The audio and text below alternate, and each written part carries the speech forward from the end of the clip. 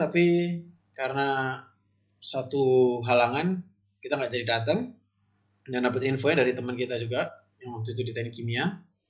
Akhirnya kita berusaha kontak agensinya. Jadi setelah agensinya dikontak, kita tahu, oh oke, berarti semuanya legit gitu. Terus kita bisa mulai tanya-tanya sama agentnya. Saya kira itu bulan Maret. Cukup lama untuk sampai ke posisi bisa berangkatnya. Nah, menurut saya di situ cerita menariknya daripada berangkatnya itu biasanya.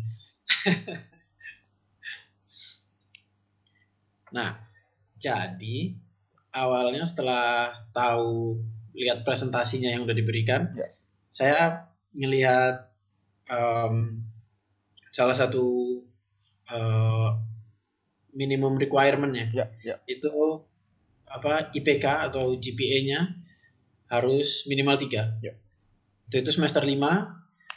Dan selama saya kuliah di ITS, IPK saya rata-rata 2,9. Dan itu rupanya luar biasa sekali untuk dapat 3. Lalu gimana caranya? Akhirnya setelah dihitung-hitung, bisa. Bisa. Terus waktu itu sama istri? Iya. Itu pacar saya. Jadi ada temannya lah ya. Tapi begini Mas Rian. Apa yang membuat Mas Rian itu yakin untuk ke Belanda gitu? Kadang kan tadi kuliah di ITS saja susah gitu loh ibaratnya. Terus yakin ke Belanda? Nah, yang lucunya, saya ngerasa karena kuliah di ITS itu susah, jadi saya tahu kalau saya kerja di Indonesia, saya pasti dapat tempat. Jadi begitu ada peluang untuk buka peluang yang terbuka untuk ke Belanda, saya pikir, terus saya research juga sama Cecil, sama istri saya, berapa banyak kebutuhan engineer di Indonesia dibanding di Belanda. Rupanya jomplang banget. Di Indonesia semua orang butuh kerjaan, sedangkan di Belanda semua orang engineer untuk engineering position itu terbuka luas. Jadi supply demand-nya terbalik. Di Indonesia semua yang dipinggirin, di Belanda semuanya bisa dimasukin. Jadi mindset bahwa tadi kan kalau saya sebagai orang awam kan mengatakan di Indonesia saja susah, gimana di Belanda? Ternyata enggak ya. Kita pakai data tadi ya. Iya. Jadi sebetulnya percaya sama data, jangan terlalu percaya sama feeling. Benar. Ini saya baru tahu ini. Artinya ternyata di luar pun itu waktu itu ya mungkin ya engineering-nya sangat dibutuhkan. Ya waktu itu 2012 kan, kondisinya oil and gas bagus sekali. Lagi kalau nggak salah $120 per barel. Jadi semua kerjaan terbuka luas untuk engineering. Jadi waktu tahun itu juga mungkin sebetulnya karena kita niat, terus jadi semuanya kayak terbuka jalannya. Dimudahkan lah ya. Insya Allah. Sebetulnya mungkin kayak gitu dibukakan juga. Berarti Mas Rian kesana itu kan semester 7 ya? Benar ya? Semester 7 sama 8. Ya. Berarti di sana 1 tahun untuk sisa kuliah ya? Sisa kuliah. Wah, itu pertama kali sana berat enggak, Mas? Berat sekali. Jadi yang lucu itu pertama kali jadi mindset yang saya pakai waktu itu supaya saya dapat IPK 3 itu di laptop saya punya gambar waktu itu namanya stasiun Hollandspoor. Jadi itu stasiun kereta api di Den Haag dan itu yang saya taruh di layarnya terus supaya kebayang rasanya di sana. Terus begitu saya nyampe, saya lihat belakang, persis. Berarti di Den Haag ya? Di Den Haag? Ya, saya di Den Haag. Terus yang lucunya ketika saya keluar dari stasiun, saya pikir semuanya bakal pirang gitu. Saya nggak research apa-apa. Rupanya semuanya jilbaban, kerudungan, dan banyak orang brewokan. Saya pikir loh, kok kayak nyampenya di Maroko ini. Oh, jadi ibaratnya komunitas muslim banyak gitu ya?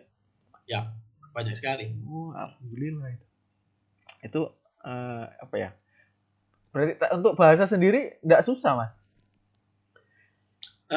Belajar bahasa, saya kebetulan gampang belajar bahasa, tapi buat beberapa orang bahasa tetap kendala, susah. Iya.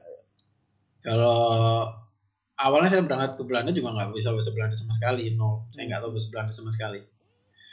Terus pelan-pelan belajar, karena dengerin terus ya, kayak apa namanya, day in day out-nya bahasa Belanda terus semua orang. Dan lucunya di Belanda semua orang bisa bahasa Inggris. Bahasa Inggrisnya bagus banget. Ya. Salah satu yang terbaik di Eropa, di Belanda. Terus ya akhirnya saya mulai pelan-pelan belajar bahasa Belanda sama teman kuliah waktu itu. Nanya, gimana sih ngomong selamat pagi? Sama apa kabar? Susah banget pertama ya. Apa ini? Jadi menarik banget. Berarti awal kuliah masih pakai bahasa Inggris ya? Kalau perkuliahan? Ya, untungnya perkuliahannya sudah diinternasionalkan sejak tahun 2009 kalau nggak salah. Awalnya mereka, saya kuliah di The Hague University atau bahasa Belandanya The Haagse Hogeschool. Itu tahun 2009 mereka ceritanya kekurangan murid. Ya. Mereka bikin pivot di cara rekrutmennya, cara recruiting student. Itu akhirnya mereka pilih untuk jadi internasional.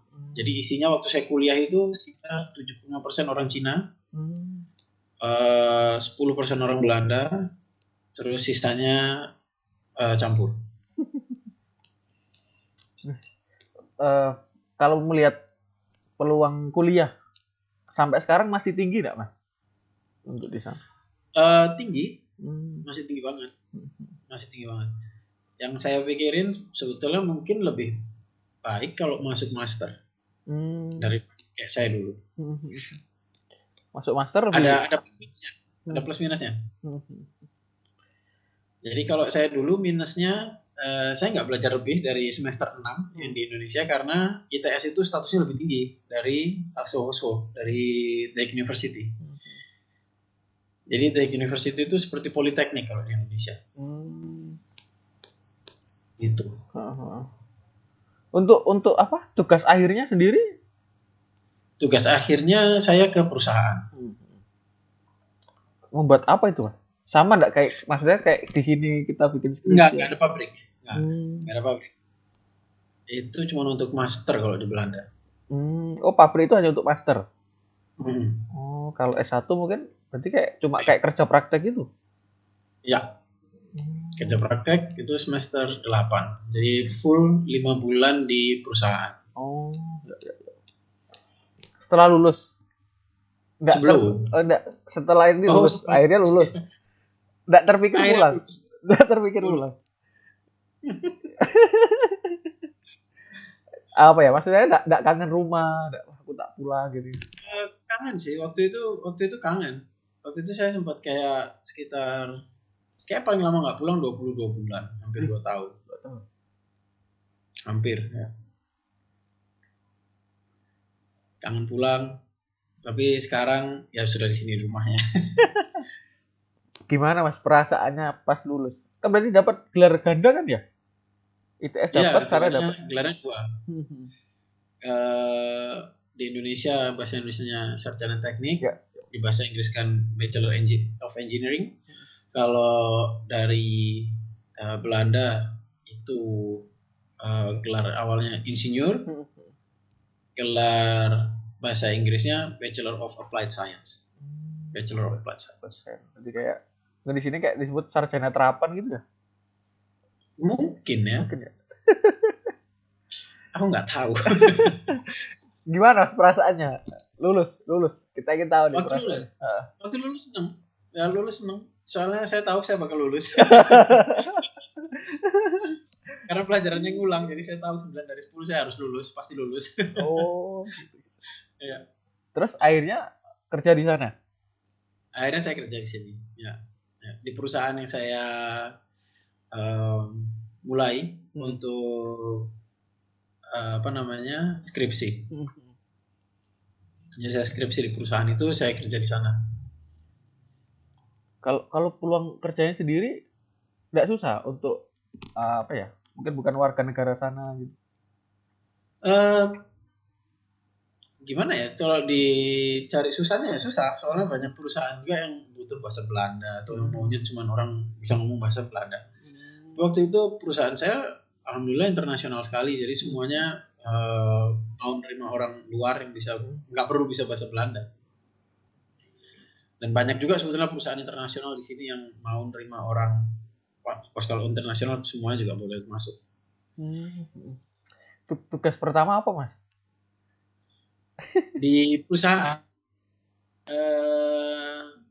waktu itu baca PNID kalau nggak salah. Jadi kayak apa ya, engineering gitu? Iya, engineering company. Benar. Gimana, Mas? Perasaannya apa ya? Kuliah yang tadi ada kendala bahasa mungkin ya, walaupun nggak banyak. Terus kerja lingkungan dengan budaya sana.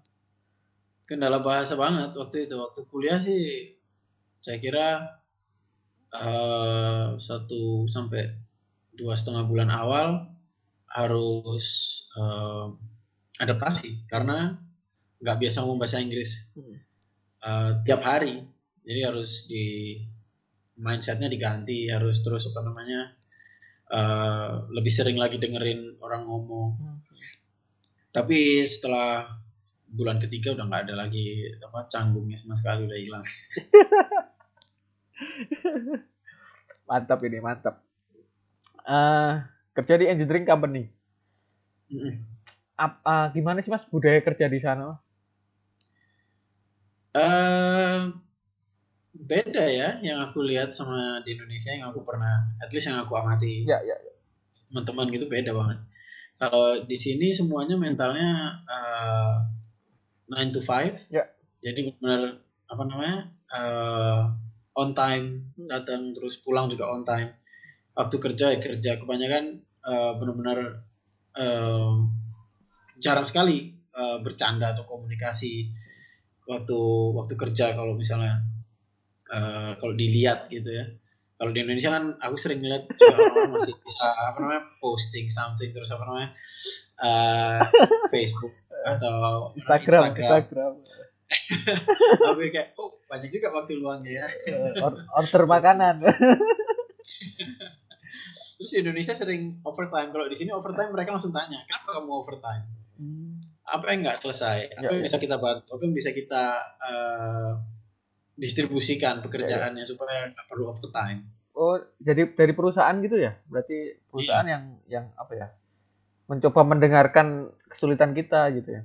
Iya, karena private time itu dihargain banget di sini. Tapi artinya tadi yang berangkat jam 9, pulang jam 5 benar-benar produktif gitu ya? Iya. Kalau itu aku pikir sih kayak sekitar 90% dari setahun itu pasti bisa kayak gitu, 9 to 5. Kalau sekitar ya 10%-nya pasti overtime atau kerja sampai malam. Itu benar-benar ya emang udah harus lakukan karena nggak bisa lagi. Kalau marketnya sendiri di Belanda sendiri dari perusahaan? Internasional. Waktu itu perusahaannya nggak terlalu besar, kayak sekitar 25 orang. Itu udah semua dari managing director sampai ke engineers. Kita marketnya sampai ke Indonesia juga waktu itu. Padahal perusahaan kita di sini ya orangnya ratusan, marketnya di sini aja gitu. Soalnya kan kalau engineering company kalau mainnya lokal biasanya lebih sedikit. Jadi peluangnya lebih banyak internasional kalau misalnya ada yang kepingin buka engineering company. Berarti ini apa, di bidang apa? Oil and gas atau Oil and gas. Oil and gas ya? Ya, oil and gas. Oil and gas, petrochemical, chemical, terus sebetulnya lebih ke manufacturing sih. Nggak manufacturing tapi EPCM. Apa itu EPCM? Engineering, procurement, Construction. Construction sama management. Oh, manajemen. Oh. Ya. Tapi mungkin Rian tahu ya, apa? Di sini perusahaan EPC itu kan nggak banyak ya di Indonesia. Nggak. Salah satunya GC yang Jepang punya itu. GC itu ya? Wika. Ya. Dan saya harus belajar ke Rian ini. Apa? Dan saya harus belajar ini. Karena ternyata manajemen project itu susah. Memang. Sangat. Oke, balik lagi. Pernah interaksi dengan apa ya? Mungkin orang-orang dari Asia atau Indonesia gitu. Pernah macam-macam. Saya pernah ke Qatar. Terus kayaknya waktu itu cuman sering, kalau teleponan sering banget, tapi yang face to face waktu itu di Qatar. Dan di Qatar sendiri itu kayak melting pot, jadi banyak banget nationality di sana. Ada orang British, terus ada orang India umumnya, karena pekerjaannya lebih banyak orang India di sana, sama Pakistan, Filipina. Kayaknya ada dua orang Indonesia waktu saya ketemu. Saat interaksi dengan orang Asia, mereka masih sering terlambat nggak? Waktu. Kalau aku bilang sih, kalau orang Indonesia punya penyakit ya. Tapi ya pernah, ya aku nggak ngerti kenapa. Mungkin karena mungkin di mindsetnya mikirnya waktunya banyak ya, jadi bisa telat setengah jam, telat. Itu lama banget buat aku sekarang. Telat setengah jam nggak telat, aku udah pulang, aku tinggal pergi banget. Iya. Kalau telat 5 menit aku bisa tolerir, tapi lebih dari 10 menit aku tinggal. Untung hari ini aku nggak telat ya. Ya, dulu kan kalau kuliah di ITS telat nih. Di Belanda sempet nggak awal-awal telat? Enggak, kayak nggak pernah. Oh, enggak. emang udah budayanya nggak telat. Iya. Soalnya waktu mahal banget ya di sini, kayak karena kesibukan, terus bukan tuntutan sosial, lebih kayak ngelakuin banyak hal di di proyek. Jadi umumnya semua orang punya proyek di kantor dan proyek di rumah, itu biasa banget di sini. Jadi benar-benar time managementnya harus bagus banget, karena kalau enggak bisa kayak domino effect. Jadi nggak satu lewat, nanti semuanya jadi terganggu, jadi harus reschedule lagi, terus komunikasi sama orang sana sini, lebih kayak gitu sih. Proyek di rumah itu berarti kayak apa ya, proyek sendiri, freelance atau apa gitu? Enggak, misalnya punya bisnis sendiri, atau ngurusin anak, atau apa tahu, semuanya banyak. Macam-macam. Makanan jadi kendala nggak sih di sana? Enggak sama sekali. Banyak banget makanan Indonesia sih. Makanan Indonesia. Yan, setelah kerja masih ngerasa teknik kimia salah jurusan nggak? Sebetulnya enggak juga sih, karena kalau aku nggak lewat teknik kimia, aku nggak tahu juga cara aku sampai ke sini gimana. Jadi sebetulnya itu kayak blessing in disguise. Ya. Banget sih sebetulnya, aku bilang. Aku nggak tahu mau kemana pakai teknik kimia. Kayak oke, aku tahu mau jadi engineer, tapi kerja di mana di Indonesia nggak tahu. Akhirnya sampai ke Belanda. Terus akhirnya ya aku pikir sekarang kalau dilihat dari materinya, aku nggak pakai sama sekali soalnya aku udah masuk di manajerial, jadi benar-benar cuman aku lebih belajar ke manajerialnya sekarang, manajemen project, terus reporting dan lain-lain dibanding ke engineeringnya sendiri. Tapi waktu dulu jadi engineer ya berguna. Kalau kayak buku itu masih relevan berarti ya? Kayak buku termodinamik, buku termodinamika, buku apa Levenspiel apa itu? Masih relevan. Ya, masih relevan. Tapi ya kalau mau lebih tahu lebih relevannya ya harus masuk di industrinya ya. Bukunya sih buku doang. Berarti kan artinya kalau kan bukunya sama nih, kurang lebih sama di Indonesia sama di sana. Sebenarnya yang membuat kita ini berbeda ya, maksudnya kita yang di Indonesia ini berbeda apa sih ya? Mental ya. Aduh. Mindset. Jadi kalau di Indonesia mungkin juga culture-nya beda sekali. Kalau di sini modelnya kita bilangnya open door. Jadi manajer tuh pintunya selalu kebuka, nggak pernah ditutup. Terus kalau nyapa manajer juga nggak perlu pakai bapak, atau nyapa orang lebih tua nggak perlu pakai bapak. Jadi lebih semuanya lebih sama rata. Ya. Oke, kalau misalnya nggak pernah ketemu ya pasti lebih sopan. Tapi kalau udah kenal, udah biasa aja, nggak perlu pak siapa itu. Kalau di Indonesia kan nggak mungkin. Karena emang udah kulturnya kayak gitu, jadi nggak bisa diapa-apain. Tapi malas juga mungkin ya. Maksudnya orang-orang Belanda kira-kira sama orang sini lebih malas ini mungkin. Kalau menurut Rian? Menurut aku kayaknya tergantung, itu personal ya. Itu apa namanya, masalah perorangan. Kayak aku juga sering ngeliat orang Indonesia yang di sini kerjanya keras banget, lebih keras daripada orang Belanda. Terutama kalau pendatang, itu normal banget. Kita bakal kerja 3-5 kali lipat lebih keras supaya kelihatan. Emang itu kenyataannya. Jadi apa namanya? Tapi itu menurut aku jadi start point yang bagus banget. Karena kita awalnya udah kerja keras lebih daripada yang lain.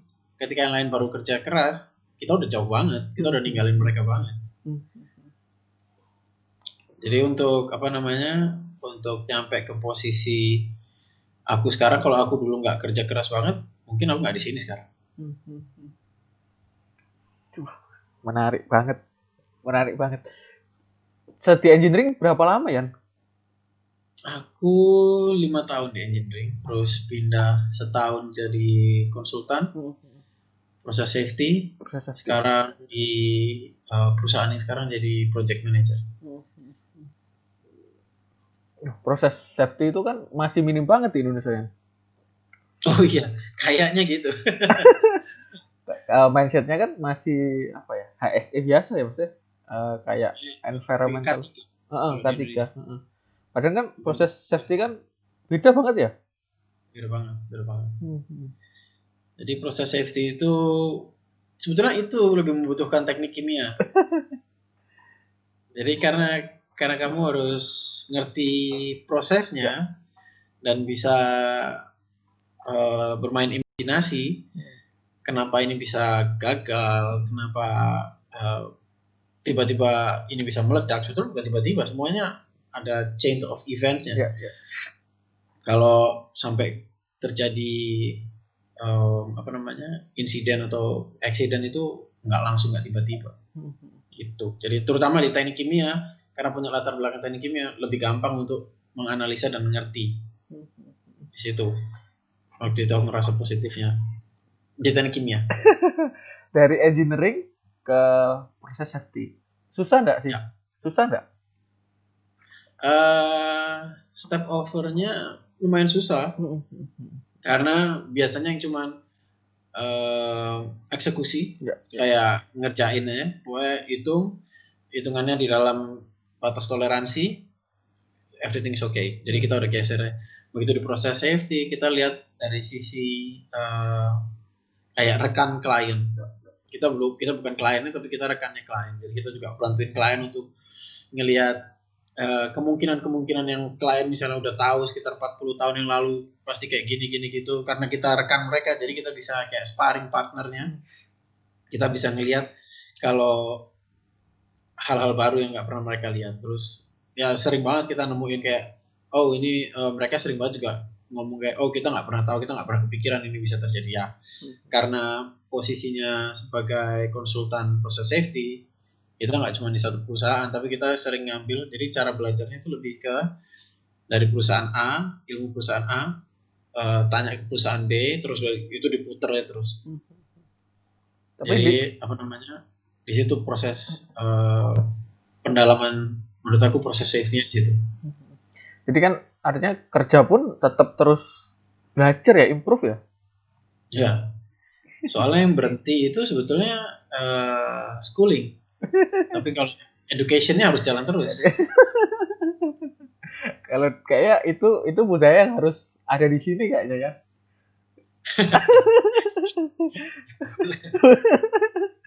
Ya kan banyak mindset teman-teman kita dulu kuliah kan, ya habis kuliah kerja gitu loh, mau nggak mau mikir apa ya, kuliah lagi berarti nggak mau mikir edukasi lah ibaratnya. Iya, emang ya menurut aku itu juga tergantung bos juga ya. Ya. Jadi manajernya itu gimana modelnya. Waktu aku yang bikin aku juga mikir kalau aku harus belajar lebih itu setelah aku pindah di proses safety, karena aku ngerasa waktu itu manajernya buka pikiran aku. Dia ngomong kamu itu punya potensi, kamu orangnya bagus, tapi aku pikir kamu harus mendalami beberapa hal. Salah satunya kayak personal development, gimana cara yang ngomong sama klien, gimana ngomong cara memberi saran, advice, itu gimana caranya yang baik, yang misalnya kita nggak seneng sama statement dari kliennya, gimana cara kita positive returnnya kasih ke klien. Aku kira waktu itu aku dapat manajer yang bagus banget waktu itu. Kita jarang juga yang ketemu bos yang seperti itu. Aku juga jarang. Aku juga sengaja ketemu. Artinya Rian setuju bahwa sebenarnya bos atau leader atau pimpinan kita itu juga mempengaruhi kita sebenarnya. Banget. Kalau nggak salah aku pernah dengar dari Jack Ma yang ngomong kalau masih umur di bawah 30 tahun itu yang penting dicari pertama leadernya daripada cari uangnya, terutama kalau masih sendiri. Kalau keluarga beda lagi. Tapi kalau masih sendiri itu cari leadernya, karena itu bisa ngerubah course of your life. Jadi misalnya awalnya kita di sini, terus kalau kita nggak berubah ya gini terus, tapi karena ketemu leader yang bagus, cuman merubah dikit ya kayak gini, tujuannya beda sampai. Kurvanya beda ya. Walaupun cuma 1 derajat, 2 derajat. 1 derajat, tapi kalau itu 100 km, nyampe beda. Iya, benar. Jadi kayak yang pernah diposting ya, perbedaan 0,01 aja kalau dia apa istilahnya? Kuadrat bisa banget. Ya. Yan, proses safety apa namanya? Lupa ngomong apa. Karena aku dengerin Rian cerita ini, beda gitu loh, beda. Ada beda. Jadi terus terang ini aku cerita ya. Kadang kita nggak bisa milih leader yang tepat gitu loh. Maksudku lah, Rian ini kan kebetulan tepat. Tapi proses menuju itu kan pasti Rian ini kerja keras sebelum akhirnya ketemu. Kan tetap aja misalnya bosnya bagus tapi kitanya males misalnya, kita kan nggak bisa. Nah, ya nggak klik. Nah, maksudku Rian menuju ke sana itu apa? Kerja kerasnya tadi. Awalnya salah satu bukan cuma kerja keras ya, tapi kayak harus tahu apa mau tujuannya itu apa itu. Jadi apa bahasa umumnya goalnya apa. Kalau goalnya nggak tahu, kita ketemu orang yang bagus pun kita nggak ngerasa dia bagus karena kita ngelihatnya beda sama dia. Benar. Karena goalnya sama, waktu itu aku cuma pengen keluar dari oil and gas. Tujuan aku. Karena oil and gas tahun 2016, 2015 turun, 2017 nggak berhasil bangkit. Aku mikir kayak oke, aku pikir ini cukup dari oil and gas. Aku udah belajar banyak. Waktunya pindah. Dan pikiran aku waktu itu gimana caranya? Aku cuman kayak selalu penasaran kok bisa orang sampai ke posisi senior engineer, senior something lah pokoknya apapun itu. Apa yang mereka lakukan kok bisa sampai sana? Kok bisa mereka sampai sana? Terus apply perusahaan berkali-kali, semua 9 dari 10 nolak atau nggak dipanggil dan lain. Toh akhirnya dapat satu perusahaan yang proses konsultan ini, proses safety consultant. Ngomong sama manajernya pertama kali, orangnya asik banget ini. Aku mikir kayak, kok kayaknya orangnya bisa kita klik banget gitu orangnya. Ngomong klik terus nggak repot dan lain-lain. Aku pikir oke, mungkin aku bakal kerja situ. Aku punya feeling waktu itu kayak gitu. Aku telepon, kata dia telepon aku 2 hari lagi. Aku telepon 2 hari lagi, kata dia, sorry, kamu nggak dapat posisinya. Aku saya buat. Tapi akhirnya dia ngomong, kamu masih belum cocok banget untuk masuk di posisi kita sekarang. Tapi aku saranin kamu untuk improve personally, kayak apa namanya, baca buku. Waktu itu aku disuruh baca buku 7 Habits of Successful People dari Stephen R. Covey. Baca buku itu, akhirnya dia bilang nanti setengah tahun dari sekarang kamu telepon aku, kata dia gitu. Oke. Singkat waktu, setengah tahun telepon, kita ngobrol. Aku pikir waktu itu cuman 5 menit ngobrol, terus kata dia oke, kamu hire. Nah. Itu ngobrol via telepon? Enggak. Ketemu. Datang. Sebelum masa Covid kan. Tapi itu apa artinya? Apa ya? Beliau kan apa ya? Kita ngelamar. Berarti sopan sekali ya cara dia. Terus kita dikasih masukan gitu ya? Ya. Kebetulan orangnya baik kayak gitu. Kalau yang ngeselin juga banyak. Itu orang Belanda asli tapi ya? Iya. Kan kalau kita di sini kadang kita ngelamar nggak diterima atau apa, terutama yang nggak diterima kan nggak ada kabar gitu loh. Kita nggak tahu kurangnya apa. Kita nggak tahu kita itu mau apa gitu loh. Terutama yang masih muda lah ya. Jadi ada yang seperti itu ternyata ya. Ya, tadi kayak aku bilang apa namanya, ini personal banget masalahnya, kayak memang dia personality-nya orangnya kayak gitu. Dia lebih suka bantuin orang, kayak bikin kamu lebih berkembang, itu pikiran apa, itu kayak goalnya dia. Jadi manajer waktu itu. Jadi kan artinya yang dibutuhkan tidak hanya tekniknya dari kimia aja, tapi yang lain tadi ya, berbicara, komunikasi. Ya, jadi sebetulnya kalau dilihat ya, teknik kimianya itu cuma 20%. 80%-nya itu lebih ke attitude, mental, terus apa namanya, mindset. Itu di situ sih yang playing the biggest role gitu. Ya. Berarti memang apa? Sebenarnya tadi ya bang, setelah kuliah itu harus terus belajar ya bang ya. Terus belajar. Banyak kok pelajarannya. Justru malah kadang bukan belajar tekniknya ya berarti ya. Belajar apa ya? Belajar ya komunikasi, belajar ngadepin orang. Ya. Setelah dari proses safety setahun waktu itu ya. Terus pindah sekarang sebagai project manager. Iya. Itu project apa ya? Juga.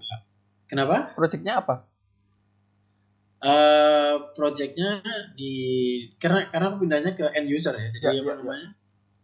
Jadi ya kita punya plan, kita projectnya berdasarkan permintaan. Ya, ya.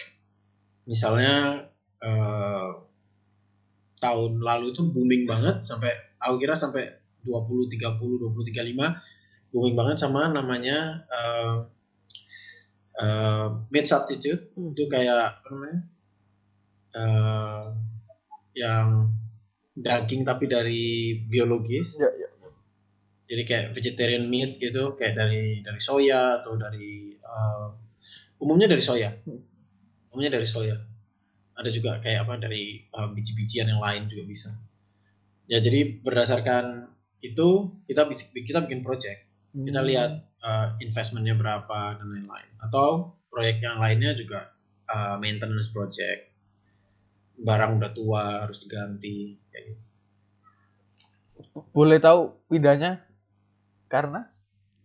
Alasan pindahnya karena waktu itu aku pindah karena perusahaan yang aku kerja waktu itu mereka dari organisasi besar-besaran. Jadi apa namanya dari direktur sampai ke level konsultannya semuanya di reorganisasi. Aku nggak kena reorganisasi, tapi aku mikir waktu itu aku dapat tawaran di perusahaan yang ini. Jadi aku nggak apply, tapi aku ditawarin. Aku nggak tahu gimana ceritanya. Terus akhirnya aku punya dua pilihan. Aku di perusahaan yang sama setelah reorganisasi, aku nggak tahu bosku yang mana. Ya. Atau aku pindah ke perusahaan baru dengan tantangan baru dan lain-lain yang baru. Timbang-timbang, kayaknya aku pindah perusahaan yang baru. Dari yang sebelumnya ngelamar sampai 9 kali ditolak, yang ini malah dilamar gitu ya? Mungkin juga salah satu CV yang nyangkut, kapan tahu, nggak tahu. Project manager kan berarti harus menghandle apa ya? Investasi tadi ya berarti ya? Ada keuangannya, terus juga membawai orang. Ya. Bener ya? Terus komunikasi dengan atasan atau yang luar. Lebih susah nggak Yan? Lebih susah nggak? Maksud saya levelnya? Ya. Apa tadi kan? Iya lebih susah, lebih beda tantangannya. Karena di sini kan ya kita yang pegang budgetnya, kita yang sebetulnya bedanya sama project manager di engineering company itu mereka udah lamsam, mereka punya uangnya. Sedangkan kalau aku paling nggak itu aku bikin budget, terus aku harus tahu kira-kira ini bakal habis sekian juta euro, sekian juta dolar atau berapa. Berdasarkan budget ini, aku bisa ngomong ke vendor untuk dapetin produknya. Berarti kayak bikin feasibility study juga ya berarti? Kenapa? Bikin kayak apa? Studi kajian dulu berarti ya? Sebelum dieksekusi? Iya, jadi umumnya kita untuk satu alat kita minta 3 vendor yang berbeda. Jadi supaya tahu harganya, tekniknya, dan lain-lainnya. Terus jadi intinya project manajernya di sini lebih ke funnel. Jadi kayak funnel gini.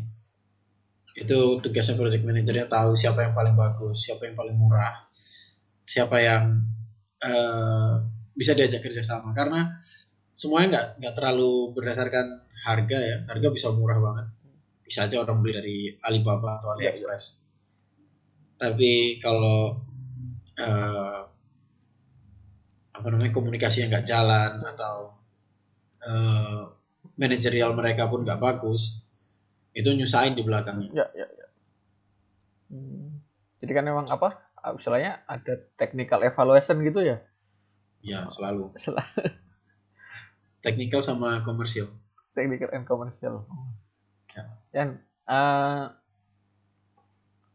teknik kimia itu kan apa ya? Kalau kita bilang kuliahnya crowded, banyak banget gitu loh yang dipelajari. Ngerasa nggak bahwa pola pikir itu kan artinya apa ya? Sibuk itu loh itu kebawa nggak sampai jadi budaya kerja sebenarnya dari teknik kimia sendiri? Iya, pastinya. Kalau itu sih kerasa banget ya. kayak apa eh, kuliah sampai malam Iya. atau ngerjain tugasnya sampai malam. Eh, Mungkin karena itu juga, jadi kayak waktu kerja juga lebih apa namanya ya biasa aja sebetulnya. Tapi karena udah terbiasa bangun apa sampai malam gitu. Iya. Tapi kalau sekarang sih sebisa mungkin dibatasin.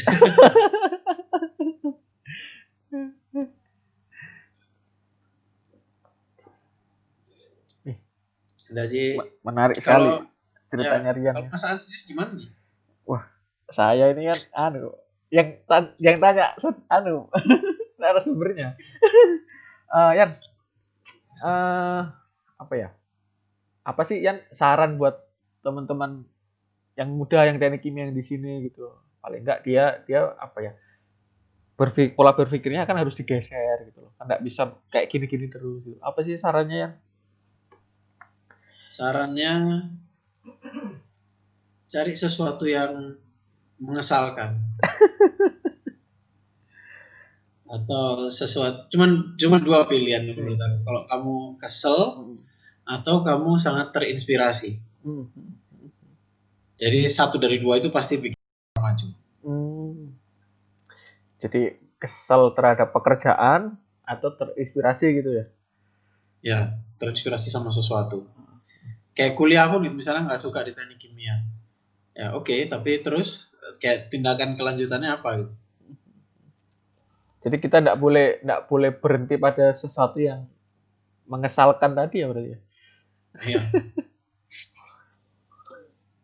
Menurut aku sih itu.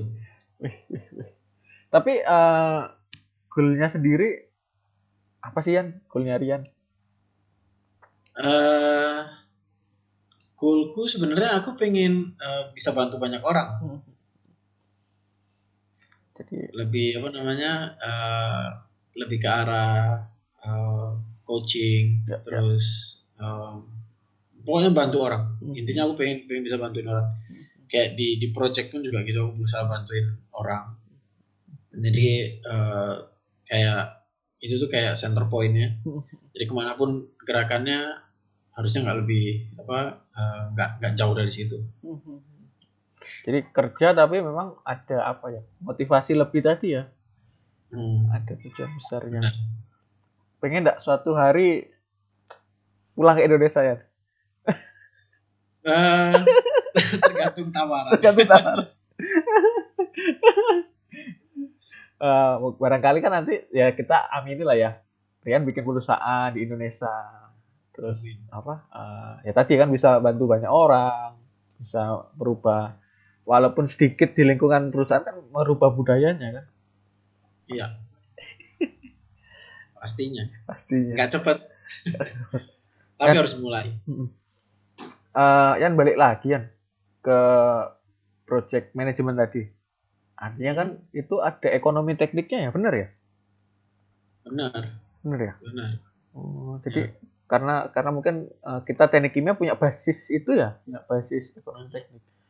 Sebetulnya teknik kimia itu luas banget. Jadi kalau semua setelah 8 tahun di bisnisnya kepikiran kalau teknik kimia itu kayak apa namanya?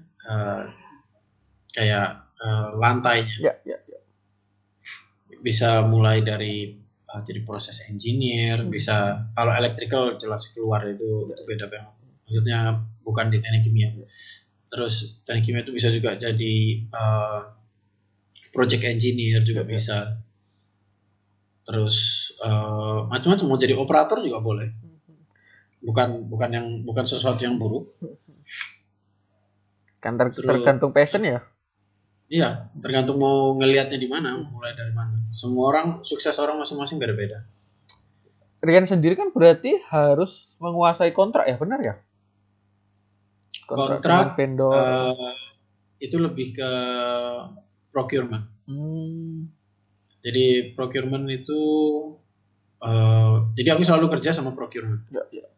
Aku bisa negosiasi, tapi akhirnya harus dibantu sama procurement untuk tahu di mana boundariesnya untuk negosiasi. Berarti memang teknik kimia itu bisa kemana saja ya. Banget, Sangat banget. sangat Serius. luas ya, sangat luas. Iya. Paling nggak aku 3 posisi yang aku pernah jalanin. Yan, pernah nyesel nggak? Dulu kuliah nggak serius nih. Gitu. dulu nggak serius termodinamika nih. Sekarang, waduh jadi lupa. Pernah ngerasa gitu nggak? Termodinamika aku pertamanya E. Tapi yang kedua A. Jadi apa namanya? Menurutku semuanya punya jalan masing-masing ya. Aku sih sekarang mikirnya lebih ke